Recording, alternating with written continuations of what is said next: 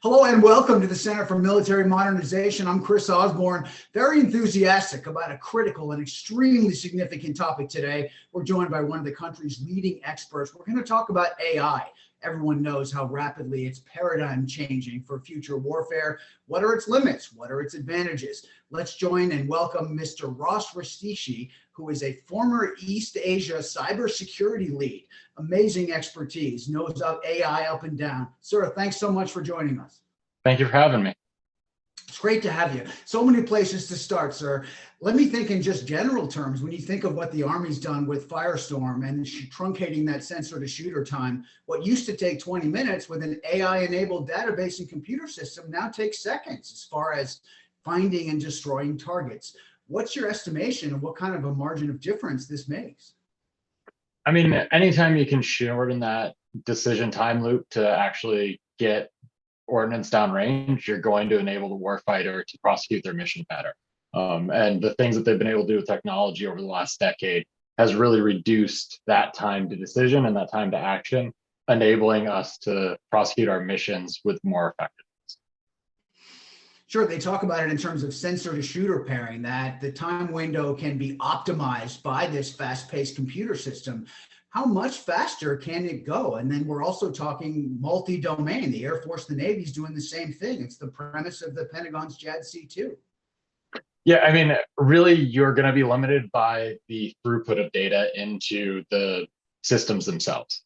So the further the data has to travel from initial sensor to the computer that's actually crunching the numbers and then back to the warfighter is where you're going to get the considerable lag and what that data is traversing. So a satellite uplink is going to be significantly slower than fiber optic cable.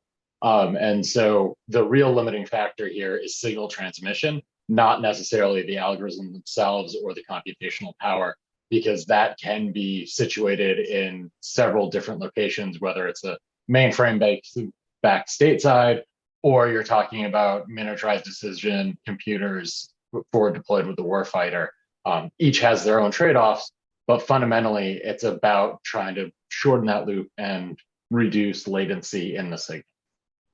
Roger that. You hear a lot about reducing latency. One of the things I've also heard, sir, is this idea that an AI system is only as effective as its database, as you mentioned. How do you know what data to load? If you're finding targets with a drone over a maritime war environment, you're not going to need to access Shakespeare's library, right? But you want to have all the variables kind of loaded up.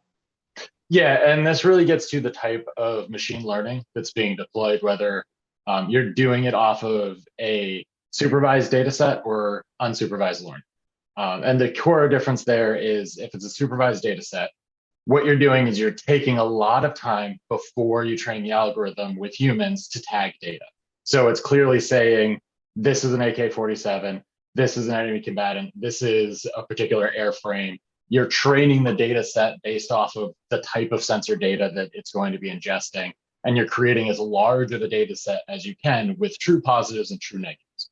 And once you've trained that data set and tagged it appropriately, you run it through your machine learning algorithm, your artificial intelligence, and then the algorithm is supposed to be able to do almost instantaneous decision-making off of that sensor data. And so if you're taking this approach, you can actually miniaturize and downsize what's being forward deployed considerably because it needs significant less sensor input, decision capabilities, and frankly, a smaller data set to begin with. But there is that trade-off at the beginning because it takes a lot of human effort to accurately tag that data set. And if you're doing unsupervised learning, that's where the machine is ingesting new data and trying to discern whether it's like and similar to other things that it may already have come across. That is a more dynamic way of doing this, but it also has higher error rates and it requires significant more computational power. And so these are all trade-offs in terms of what outcomes you're trying to achieve and what are the things that you're going to prioritize to develop your weapon systems, packages, sensor arrays. Excellent, excellent. Well, putting this in a warfare circumstance to a degree, I've understood a little bit about drone defense, correct? And so an AI database will have a whole host of scenarios in its library, essentially, this is this kind of drone, this is what weapon worked before, here's the atmospheric conditions. If it's foggy, you might not be able to use a laser, etc. If it's populated, you might not want a kinetic explosion per se. Those kinds of decisions are the ones that AI can perform autonomously to massively better defend and fight. Yeah, that's exactly right. And all of those variables you just listed are different models you can train. And so you can create a model that is looking at atmospheric conditions, whether you've got a barometer or other data weather sensors to feed in. And if you train the model appropriately, it'll be able to determine which weapon system is going to be most effective in a given environmental condition. And then you stack additional decision parameters on top of that. So location, like you said, for population centers, maybe you don't want to go with surface to air missile in that point. And that's something you can train into the model. That's something that you can pre-program in. And so what the AI is doing is essentially looking at each of these discrete variables, coming up with decision parameters that's been trained into it, and then giving you the optimized output. And right now, there's still human in the loop. So you're going to have somebody actually pull the trigger based off of those recommendations. But the AI is rapidly advancing to the point where it's giving you the full decision matrix and layout with the options of, this is probably the optimal solution, but there are other ways that you can prosecute the same thing. Excellent. Well, I want to make sure to talk about some of the limits to AI. And first, another tactical situation. I remember talking to General Murray, the former commander of the Army Futures Command. And one of the things he said is they used to have flashcards for gunner. Here's this enemy threat. Here's that enemy threat. And the soldier who could distinguish them the fastest, they made him a gunner. Well, now they've got automated target recognition. So computers can do that in milliseconds. Which kind of tank is this? Is this friendly or foe? What ammunition might be best suited to attack it? What are your thoughts on that process? And then we'll talk about some of the challenges. Yeah, I mean, that's the ideal use case for these types of sensors, right?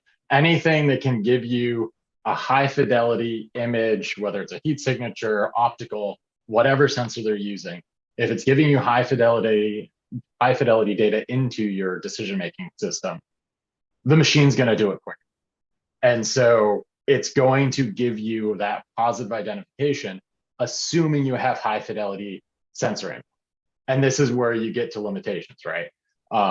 Think about the classic case of a machine gun strapped to the back of a pickup truck. If the AI only picks up the pickup truck, that's a really big problem because there are a lot of pickup trucks in combatant zones that aren't necessarily hostile. So what you're discerning on what that sensor input looks like and how high fidelity it is really going to be the determining factor on how good the output from these systems are. And so anything that you can bring to bear more sensors, more data inputs from, the better you're going to get from an output perspective. And you're going to be more confident in terms of making a decision based off of those AI models. And that's really where I think we're still seeing limitations is high fidelity data is always difficult.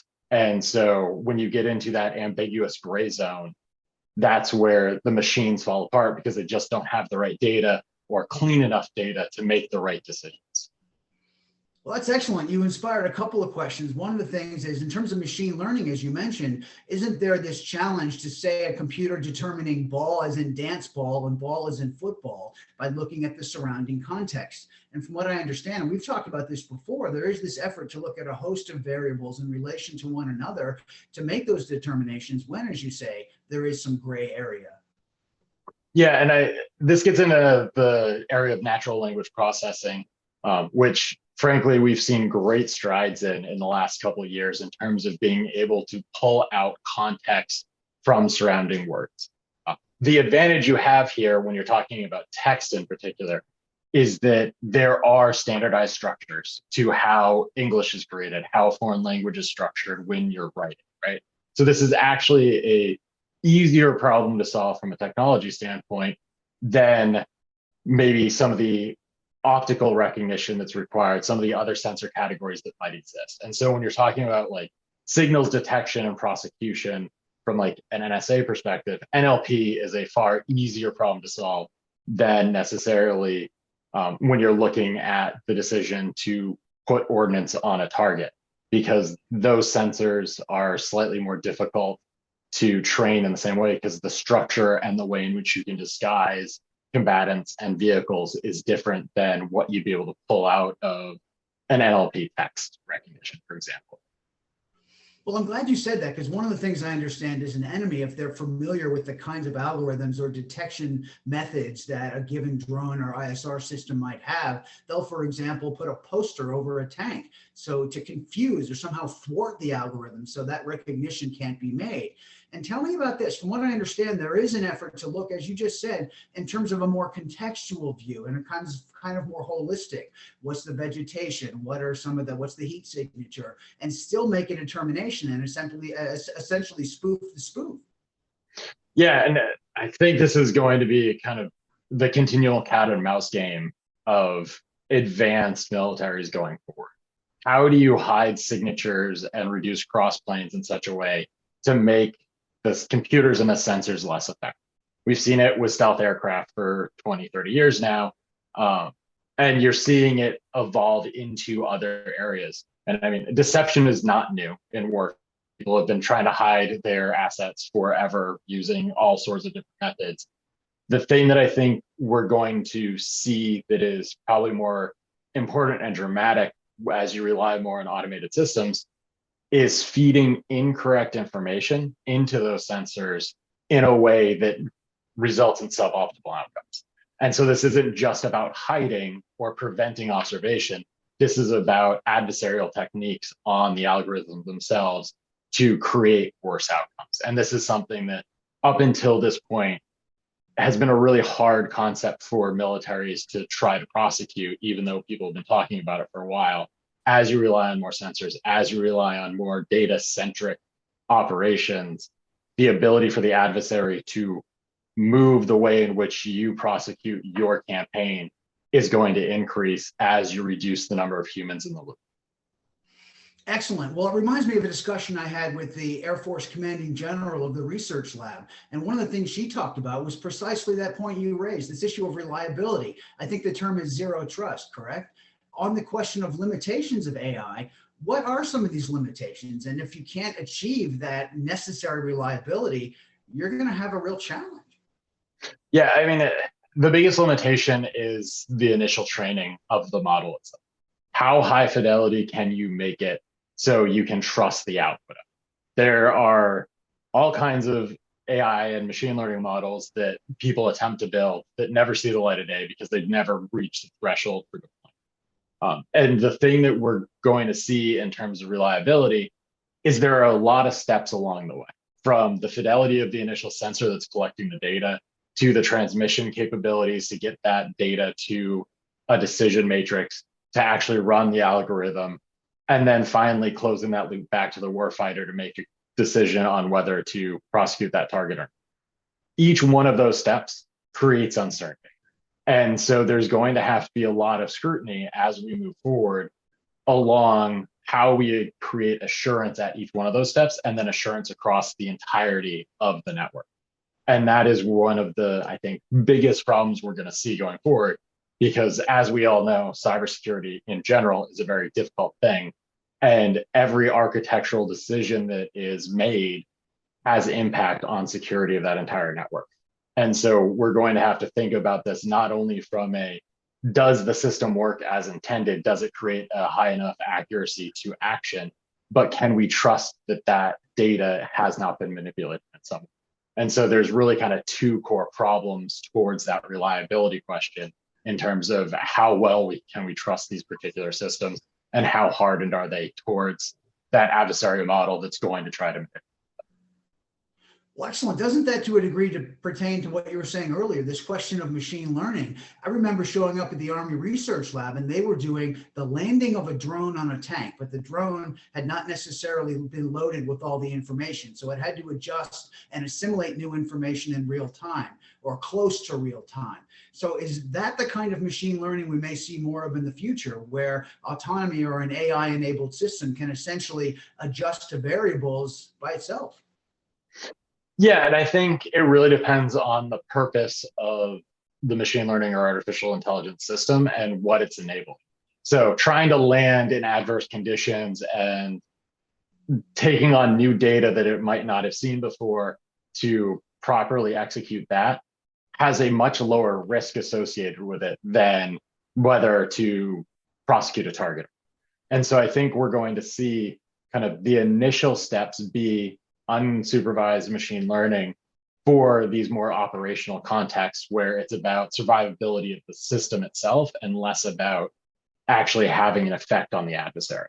And once we get good and comfortable with those types of applications where there isn't the potential loss for life, there isn't the large negative ramifications, then you'll start seeing that capability creep more towards the things that make people uncomfortable today.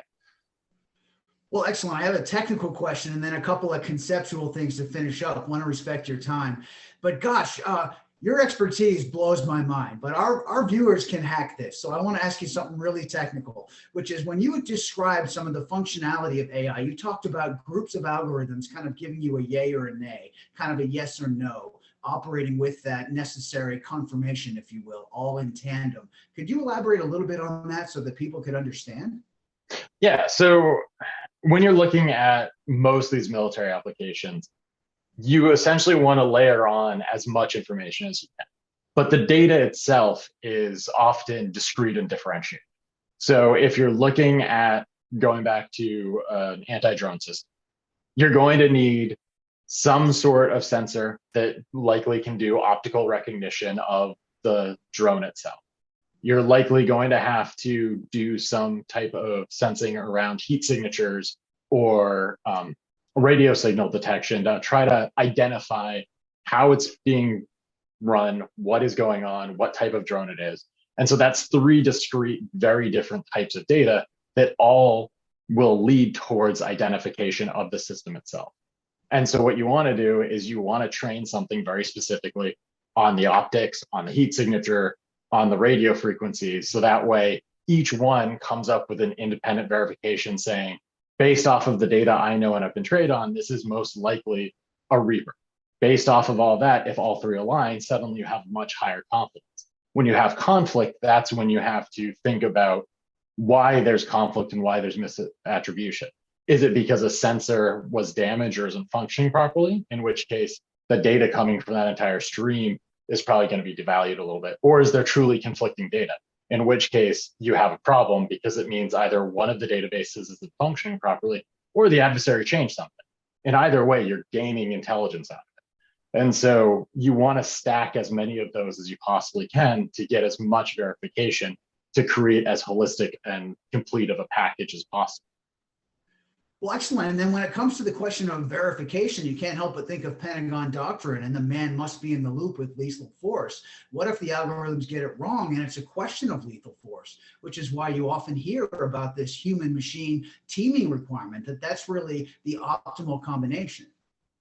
Yeah. And I mean, at this point, I don't think anybody trusts the machines to get it 100% right 100% of the time. And I think it is the right call to always have a human in the loop. We're always going to be very dependent upon the data that's being fed. I mean, think about the amount of information that we have at our fingertips just on the internet with a laptop. That's where most of our decisions are being made anyways. So having a machine that basically reduces the amount of data you as a human have to consume is going to make you more efficient to actually prosecute whatever mission you're trying. And so the things that I want to see going forward is having some more built-in error catching. So that way, when a sensor is degraded, when there is questions of reliability of information, you have that visibility as the human to make the decision quicker. Because right now, there is a risk of having the data being corrupted, undermined, or just incomplete, being fed to a person who's used to overly relying on those systems, and errors can still be introduced into the system that way. And so I think that it's very correct to try to keep that human machine interface separated and having the human be a little skeptical of the technology to make sure mistakes don't happen to the best of our ability. You know, it's interesting. Whenever I write about AI, I always get these questions. What about the Terminator, right? How close are we to that kind of a scenario? And it calls to mind something I came across, a Pentagon essay about out of the loop AI. When it comes to non lethal force or purely defensive purposes, whether it's intercepting a mortar, perhaps shooting down a drone, is there a place with the need for increased reliability for this kind of autonomy and automation for drone intercepts, for defensive uses of weapons? I think that is as much a philosophical question as it is a technology. From a technology perspective, we absolutely can get there. From a philosophical point of view and how much do we trust the underlying machines, I think that can still be an open discussion. Right? So a defensive system that is intercepting drones, if it has a surface-to-air missile component, that's still lethal force if it misfires or misidentifies. And so I think we have to be very cautious in how we deem defensive systems, non-lethal systems. If there is the possibility that a misfire or misidentification by a defensive system could still lead to death, I think that's probably a step too far where we are in the technology stack today. If it is jamming a signal or something that really would not have any negative ramifications for a civilian population, if it misfired or misidentified, I think we'll get there, and we'll probably get there relatively quickly because it is more efficient. And when it comes to defensive applications, there's a strong case to be made there. But I think we really need to look at what action is being applied to those defensive systems before we go to out of the loop type systems. That's excellent. You need to write the Pentagon's policy moving forward, because those variables are precisely the challenges right now, it seems to me. And I got to ask you about an Air Force circumstance. There's a lot of discussion about how a dogfight, right? An AI-enabled computer will win against a human in a dogfight in a plane. And the Air Force has done some of this cutting-edge testing where they have a computer co-pilot, and you essentially blend the two. And it can't help but remind me of, I'm a liberal arts guy in philosophy, but this question of subjectivity. I mean, computers just can't replicate certain things. So even if a computer's faster at certain decision making, when it comes to the dynamic variables necessary for unique to human cognition, if you will, it really can't replicate, can it? Which is why you need that combination. So when you talk about dogfighting, I think that is a very unique and particular example. Because when you think about what dogfighting is today, as opposed to what it was in World War II or even the Korean War, or even Vietnam, it is radically different. Most of what we're doing on airframes today is run by computer. It is long range sensors, it is missiles that are self-guided. And so in that very unique circumstance, I think the computer can win because it's essentially just acting on the sensor data slightly quicker than the human could anyways. That being said, your point about ambiguity is one that I think we all need to bear in mind as we start talking about performance enhancement, because there's a difference between a pure dogfight with an enemy aircraft and maybe an intercept mission with a hijacked plane. There are places where there's still ambiguity in airframes and how we prosecute that air mission that you certainly do not want a machine making those calculations and decisions on automatically. And so I think they are taking the right approach of teaming them together, because at the end of the day, you need that human cognition to make the decision of what is the greater good. What is the right decision here? What am I comfortable doing with a conscience as a person that a machine is just never going to compute? And that's really the places where you have ambiguity and you need to keep that human in that particular loop. Well, Roger that. That's why I think about all the poetry and philosophy I like studying, which is this question of emotion, imagination, intuition, a philosophical leaning to a certain extent. Computers can't, mathematically generated algorithms can't replicate that. I mean, will we get there ever? I think that again is one of those philosophical questions of what does it mean to be self-aware and have a consciousness, right? At some point, you could see artificial intelligence evolving to that point, but I think we're still very long away from it. And it is one that I think will be a very strong philosophical argument for a very long time amongst several different disciplines of people. Well, if they didn't before, our viewers now know why you're one of the leading experts when it comes to AI and cybersecurity. Thank you for lending your expertise. We're going to call you a senior cyber analyst for Warrior Maven. Really appreciate your time. This is mind-blowing. It recalls General Murray saying the future of war will likely be a hyperactive battlefield. Thank you so much, Mr. Rustici. What's your last thought on that? And thanks for being here. Thank you so much for having me. It's been a pleasure. And yeah, I would say as we continue to evolve from a systems perspective, we're going to have several moral questions on what we should deploy and how we should deploy it. It is not purely a question of can we at this point, it's how best to. And I think that's going to be the hardest thing for us to wrestle with from both a technology and a policy perspective. Thank you so much. Great. Thanks for your time, sir. Thank you.